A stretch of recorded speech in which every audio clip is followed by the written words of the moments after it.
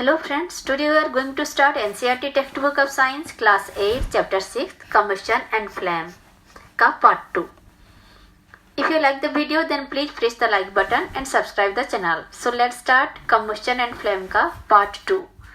तो हम डिस्कस कर रहे थे हम फायर को कैसे कंट्रोल करें.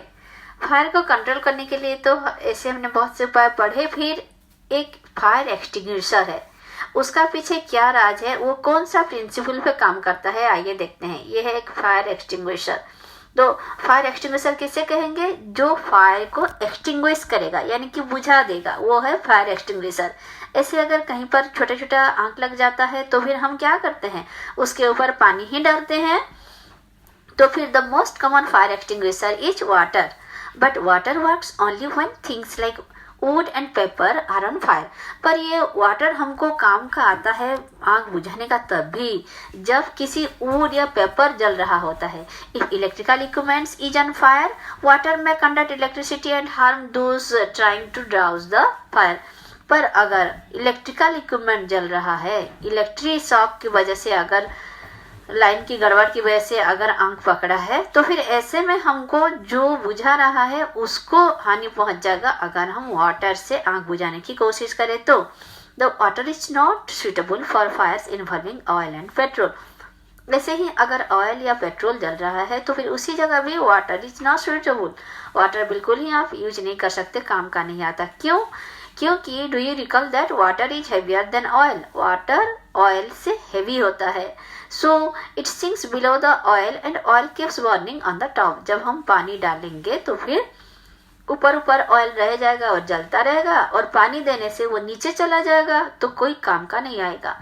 For fires involving electrical equipment and inflammable materials like, जैसे फायर इलेक्ट्रिकल इक्विपमेंट अगर जल रहा है जैसे कि पेट्रोल, कार्बन डाइऑक्साइड, तो फिर ऐसे में पेट्रोल या फिर ऐसे कुछ जल रहा है तो फिर ऐसे में क्या करेंगे हम, पानी कुछ काम का नहीं आएगा. तो carbon dioxide is the best extinguisher.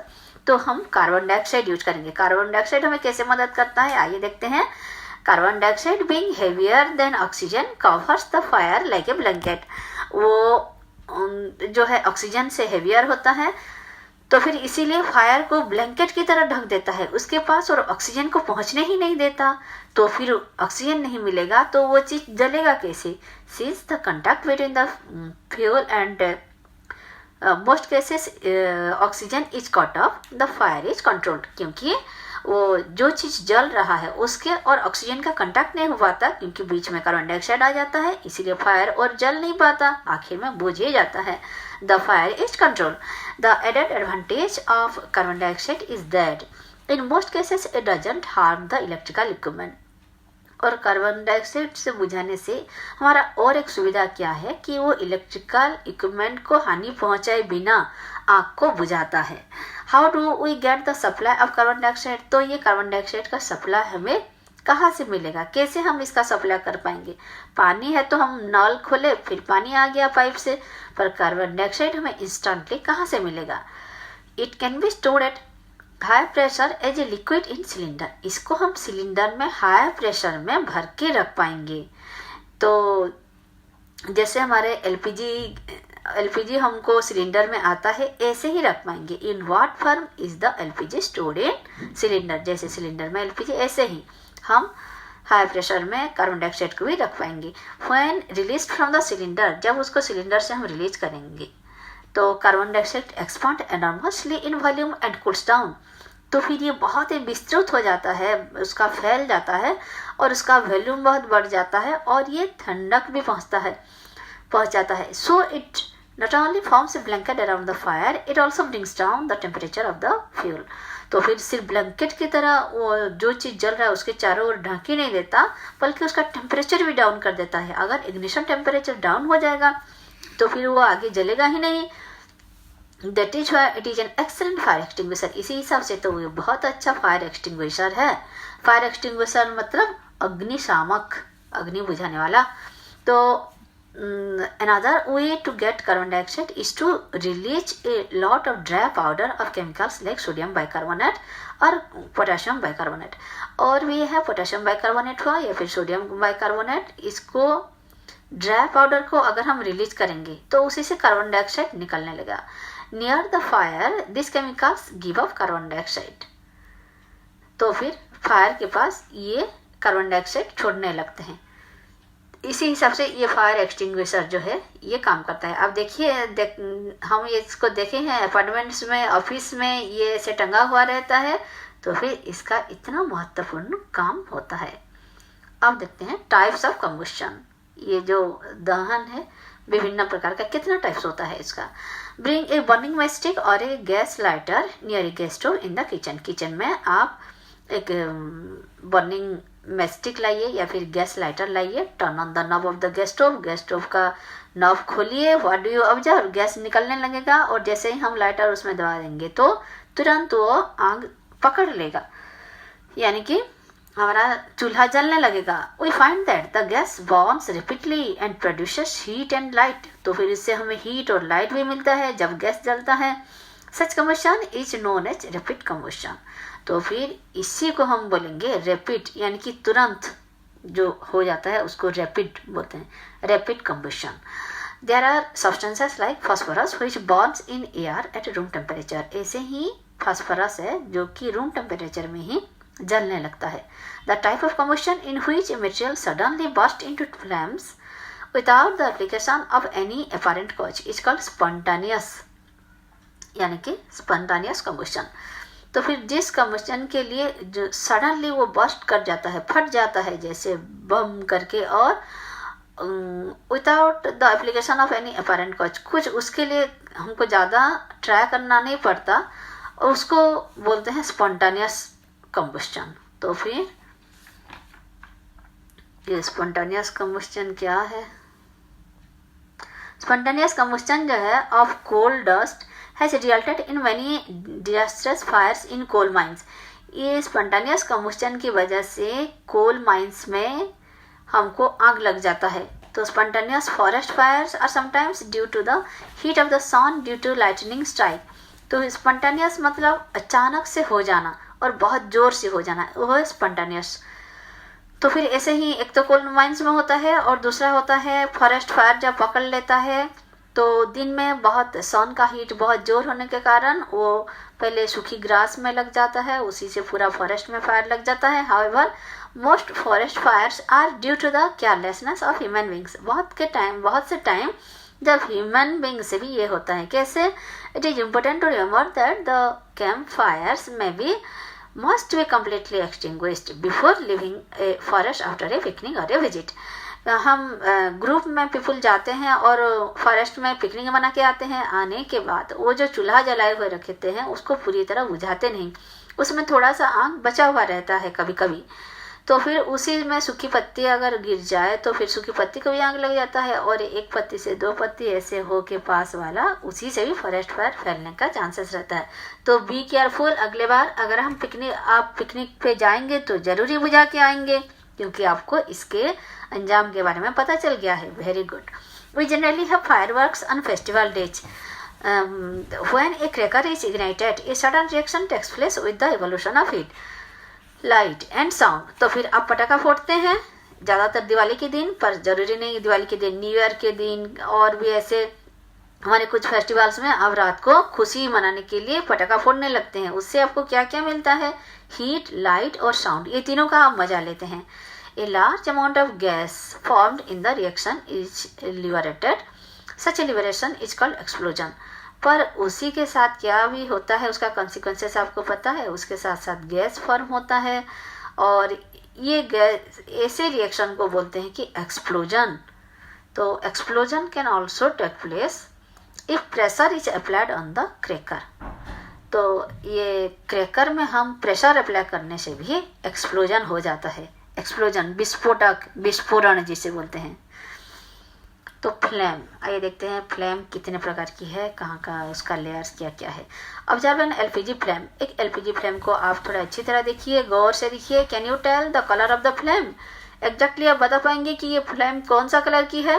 What is the colour of a candle flame? तो recall your experience of burning a magnesium रिवर in class 7th। Class 7th में आपने मैग्नीशियम रिवर को जलाया था, आपको याद है कितना ब्राइट लाइट निकला था। जो कि टीचर ने मना किया था कि ज़्यादा देर तक उसको मत देखो क्योंकि वो इतना ब्राइट लाइट होता है। इफ़ यू डू नॉट, उसके साथ मैग्नीशियम ऑक्साइड का भी प्रोडक्शन हुआ था। If you do not have experience of burning the remaining items in table 6.2 you can do that now. तो फिर आइए देखते हैं टेबल 6.2 में कुछ ऐसे आइटम्स दिया गया है, ये जलने से क्या होता है, उसका फॉर्म्स ऑफ फ्लेम कैसे होता है। टेबल 6 तो कैंडल, मैग्नीशियम, कैम्फर मतलब कर्पूर और केरोसिन स्टोव, ये सब जलाने से हमको एक फ्लेम दिखेगा और बहुत उज्जवलता के सहित ये जलता है, उसका फ्लेम निकाल के जलता है। पर अगर हम चारकोल जलाएंगे, इसका कंबस्टन जो है विदाउट फ्लेम, कुछ फ्लेम हमको दिखाई नहीं पड़ेगा। Record your observation and mention whether on burning the material forms a flame और नॉट। तो फिर हम ये कैंडल, मैग्नीशियम ये सब जला के देखेंगे और देखेंगे कि उसमें फ्लेम आ रहा है कि नहीं। अब देखते हैं स्ट्रक्चर ऑफ ए फ्लेम। एक फ्लेम का स्ट्रक्चर क्या होता है। एक्टिविटी 6.5 लाइट ए कैंडल, एक कैंडल जलाइए। Hold a 4 to 5 centimetre long thin glass tube with a pair of tongs and introduce its one end in the dark zone of a non-flickering candle flame। तो फिर एक candle जलाइए जिसका flame नहीं हिलता हो, flickering नहीं होता हो, और एक 4-5 सेंटीमीटर का ग्लास ट्यूब लीजिए। हाथ में मत पकड़िए, उसको टोंग में पकड़िए, ऐसे हैंडल में जैसे फिगर में दिखाया गया है पकड़िए।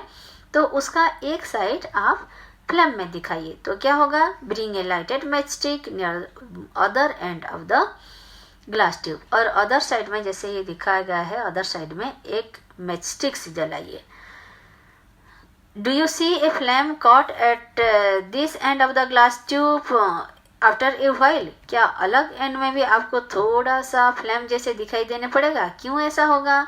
If so what is it that produces a flame. तो फिर अदर साइड में भी फ्लेम क्यों दिखने लगा।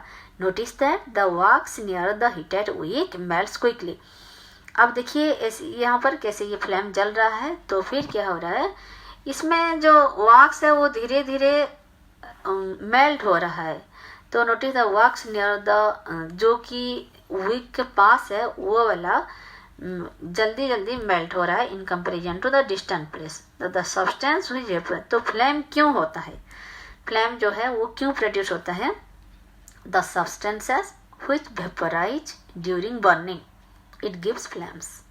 तो आपको पता चला, जो सब्सटेंस वेपराइज बर्निंग के टाइम में वेपराइज हो जाता है, यानी कि सॉलिड हो या लिक्विड हो, यो फिर गैस स्टेट में पहुंच जाता है, गैसियस स्टेज में पहुंच जाता है, वेपराइज हो जाता है, वो गिव्स फ्लेम, उसी से ही फ्लेम निकलता है। For example, kerosene oil and molten wax rise through the wick and are vaporise during burning and form flames. तो फिर ऐसे ही अगर केरोसिन ऑयल को जलाएंगे या फिर मोल्टन वैक्स को, वो क्या होता है, जब गर्म होता है उसको जलाया जाता है तो वो विक के थ्रू वेपराइज हो जाता है और इसीलिए वो फ्लेम देता है। Charcoal on the other hand does not vaporise and so does not produce a flame. पर चारकोल वेपराइज नहीं होता है, इसीलिए वो फ्लेम नहीं देता है।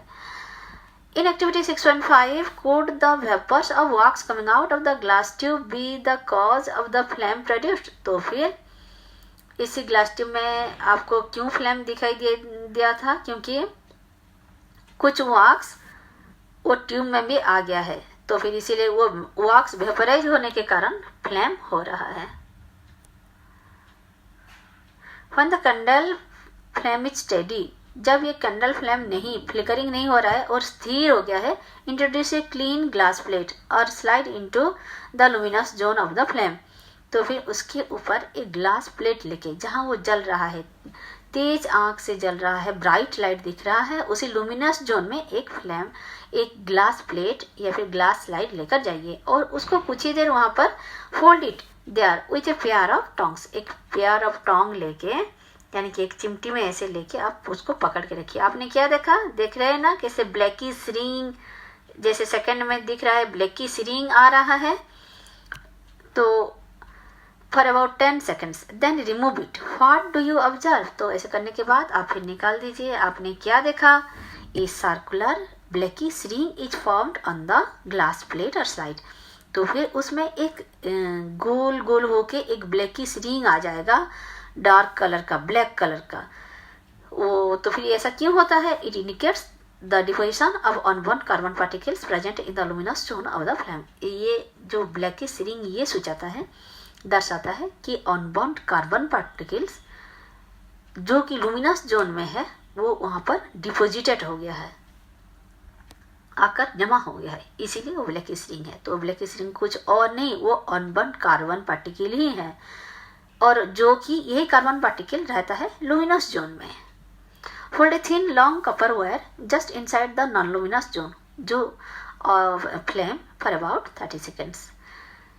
थिन पतला सा लंबा कपर का वायर लीजिए और वो नॉन लुमिनस जोन में 30 सेकेंड्स तक दिखाइए। तो notice that the portion of the copper wire just outside the flame gets red hot. तो फिर वो रेड हॉट हो जाएगा। कौन सा एरिया में?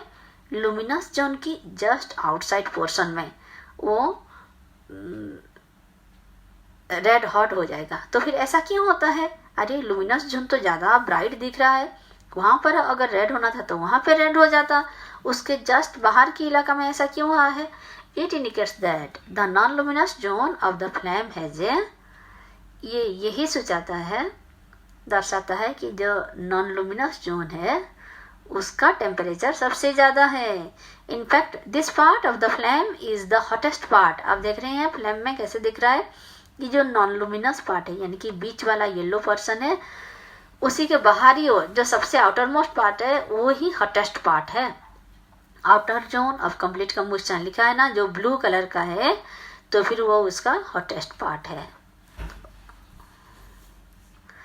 आप देख पा रहे हैं middle zone of partial combustion yellow दिख रहा है, उसके बाहर का है मॉडरेटली हॉट होता है, और जो बीच वाला वो सबसे कम, इनरमोस्ट जोन जो है वो सबसे कम हीट वाला है। गोल्डस्मिथ के पास अभी आप कभी गए हैं? Goldsmith blow the outermost zone of a flame with A metallic blow pipe for melting gold and silver. अब अगर गोल्डस्मिथ के पास कभी गए हैं तो आप देखेंगे कि वो एक ब्लो पाइप लेके उसका आउटर मोस्ट जोन की फ्लेम को डाइवर्ट करके गोल्ड या सिल्वर को मेल्ट करता रहता है।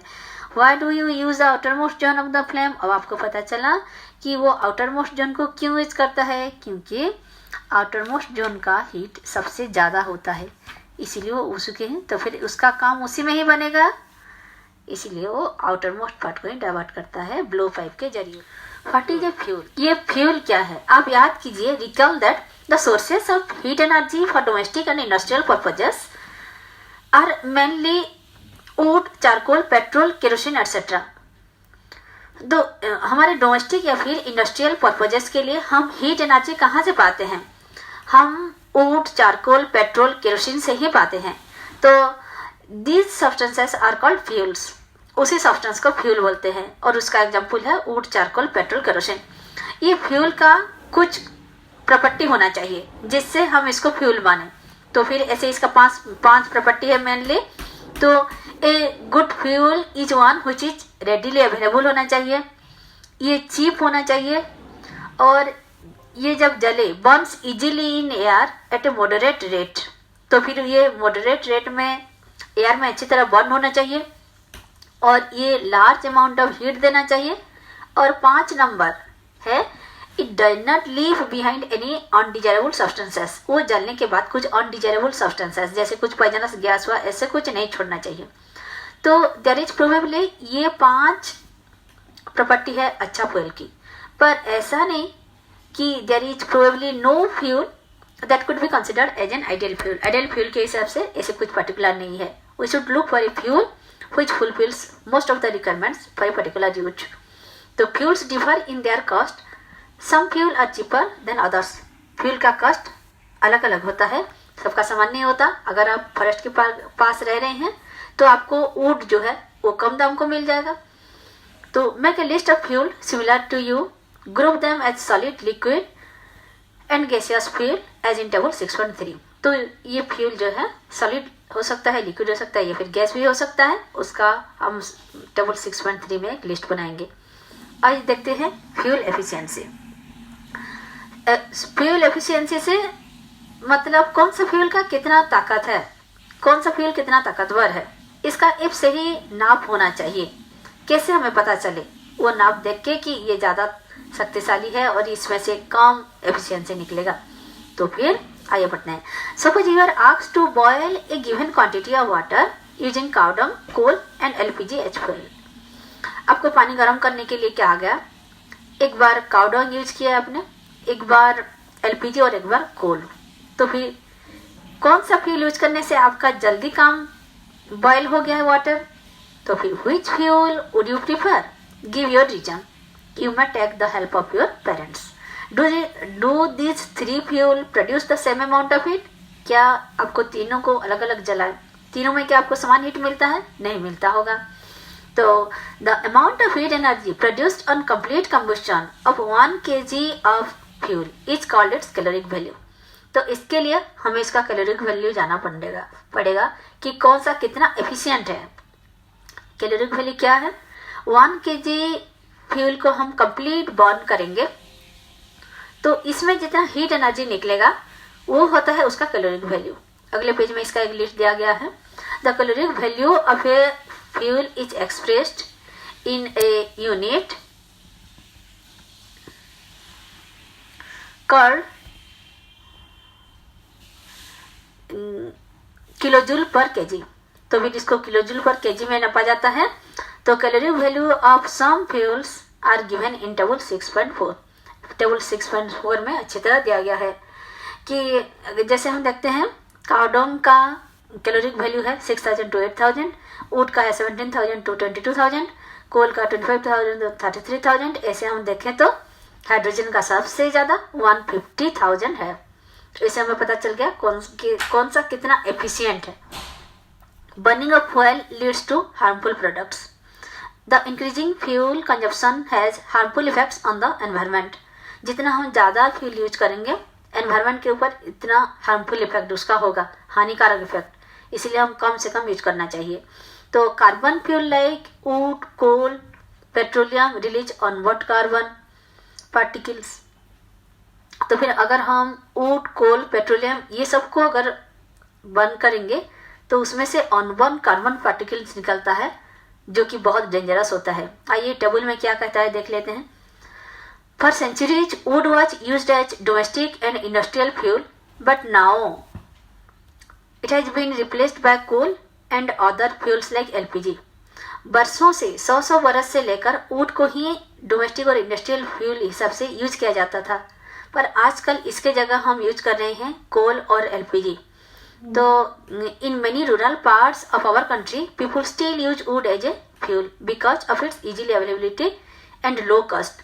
क्योंकि ये कम दाम का होता है और इजीली अवेलेबल होता है, इसीलिए आजकल भी इसको फ्यूल के हिसाब से यूज किया जा रहा है। However, burning of wood gives a lot of smoke, which is very harmful for human beings. पर वुड जलाने से स्मोक निकलता है और जो कि मनुष्य के लिए हार्मफुल होता है। क्यों? क्योंकि इट कजेस रेस्पिरेटरी प्रॉब्लम। हमारी श्वसन प्रक्रिया में हमारे रेस्पिरेटरी प्रॉब्लम ये क्रिएट कर देता है। हमारे निश्वास लेने लाने में हमको दिक्कतें हो सकता है। तो also trees provide us with useful substances which are lost when wood is caught as fuel. इस फ्यूल पाने के लिए जब हम ट्री को कट करते हैं, इसी ट्री का बहुत सारी यूजफुल सब्सटेंसेस होता है। आप जानते हैं ट्री हमारे लिए कितना उपकारी है, तो फिर वो सब भी नष्ट हो जाता है।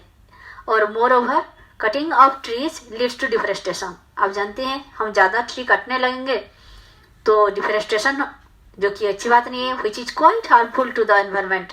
और डिफरेस्टेशन हमारे एनवायरनमेंट के लिए हानिकारक है। As you learn in class 7, ये आप पहले वाले क्लास में अच्छी तरह पढ़े हैं। Deforestation is harmful for our environment, हमारे परिवेश के लिए बिल्कुल ही सही नहीं है। तो हम ये पढ़ रहे थे कि कोल, वुड ये सब को जलाने से हार्मफुल अनबर्न कार्बन पार्टिकल्स निकलता है। This fine particles are dangerous pollutants causing respiratory diseases such as asthma. तो फिर उसी को जलाने से डेंजरस पोल्यूटेंट्स जो कि रेस्पिरेटरी डिजीज कच कर सकता है, जिसका नाम है अस्थमा। और सेकंड पॉइंट क्या है कि incomplete combustion of this fuel gives carbon monoxide gas. अगर ये सही तरह कंबस्शन नहीं हुआ है उसका, तो फिर उसे कार्बन मोनोऑक्साइड गैस भी निकल सकता है। It is a very poisonous gas. ये कार्बन मोनोऑक्साइड जो है, आप याद रखिए, ये एक बहुत डेंजरस गैस है। तो फिर ये क्या करता है? It is dangerous to burn coal in a close room. एक बंद वाला कमरे में कोल जलाना बहुत ही डेंजरस है। क्यों? क्योंकि the carbon monoxide gas produced, इसमें से कार्बन डाइऑक्साइड गैस निकलेगा और जो कि उसी कमरे में सोया हुआ किसी आदमी को मार भी दे सकता है। The carbon monoxide gas produced can kill person sleeping in that room. और इसका थर्ड हानिकारक है कि combustion of most fuel releases carbon dioxide in the environment। Most of the fuel को आप जलाने से जनरली कार्बन डाइऑक्साइड निकलता ही है। और कार्बन डाइऑक्साइड का अगर कंसंट्रेशन बढ़ जाए तो क्या होगा पता है? ग्लोबल वार्मिंग हो सकता है। Increase concentration of carbon dioxide in the air is believe to cause global warming. Global warming क्या है? जो कि हमारे ग्लोब का, हमारे पृथ्वी का टेम्परेचर बढ़ा देता है। ग्लोब का एडजेक्टिव है ग्लोबल।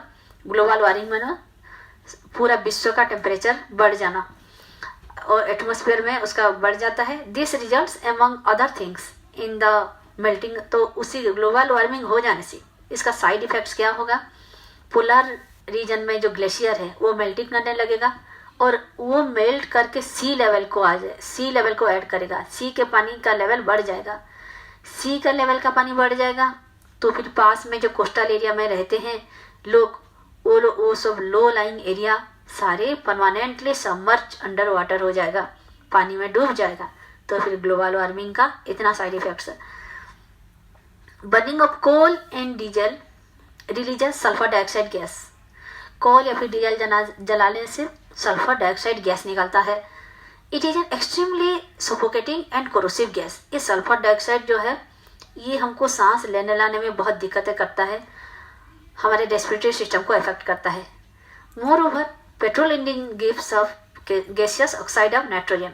अगर हम पेट्रोल जलाएंगे तो तब क्या होगा? तो ऑक्साइड ऑफ नाइट्रोजन निकलेगा। अब ये ऑक्साइड्स ऑफ सल्फर और नाइट्रोजन जो है ये रेन में डिजल्व होता है, रेन वाटर में डिजल्व होता है और एसिड फॉर्म करता है।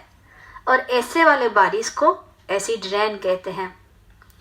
तो oxide of sulphur and nitrogen dissolved in rain water and form acid rain. Acid rain is very harmful for crops के लिए, बिल्डिंग के लिए और सॉइल के लिए। सबको इस एसिड रेन का कुप्रभाव, हार्मफुल इफेक्ट भुगतना पड़ता है। You have already learned about it in class 7 में, ये अच्छी तरह पढ़े हैं। The use of diesel and petrol as fuel in automobile is being replaced by CNG। तो फिर हम डीजल यूज करना सेफ नहीं, पेट्रोल भी यूज करना सेफ नहीं, तो हम करें तो क्या करें? It is being replaced by CNG। अब ये परिवर्तित होकर रिप्लेस हो रहा है CNG के द्वारा। CNG का फुल फॉर्म कभी कभी क्वेश्चन में आ जाता है, कंप्रेस्ड नेचुरल गैस। तो because CNG produces the harmful products in very small amount. ये भी हार्मफुल प्रोडक्ट कर देता है पर वो बहुत कम मात्रा में होता है, इसीलिए CNG is a cleaner fuel. इसी हिसाब से हम देखें तो CNG इज द बेस्ट, क्योंकि ये एक क्लीनर फ्यूल है जो इनको कम पोल्यूटेंट देता है। अब हमने जाना कौन सा हार्मफुल है और कौन सा थोड़ा यूजफुल है। तो इसी के साथ हमारे ये चैप्टर खत्म होता है। If you like my video, then please subscribe my channel and press the bell icon so that you can get the latest chapter uploaded by me. Thank you.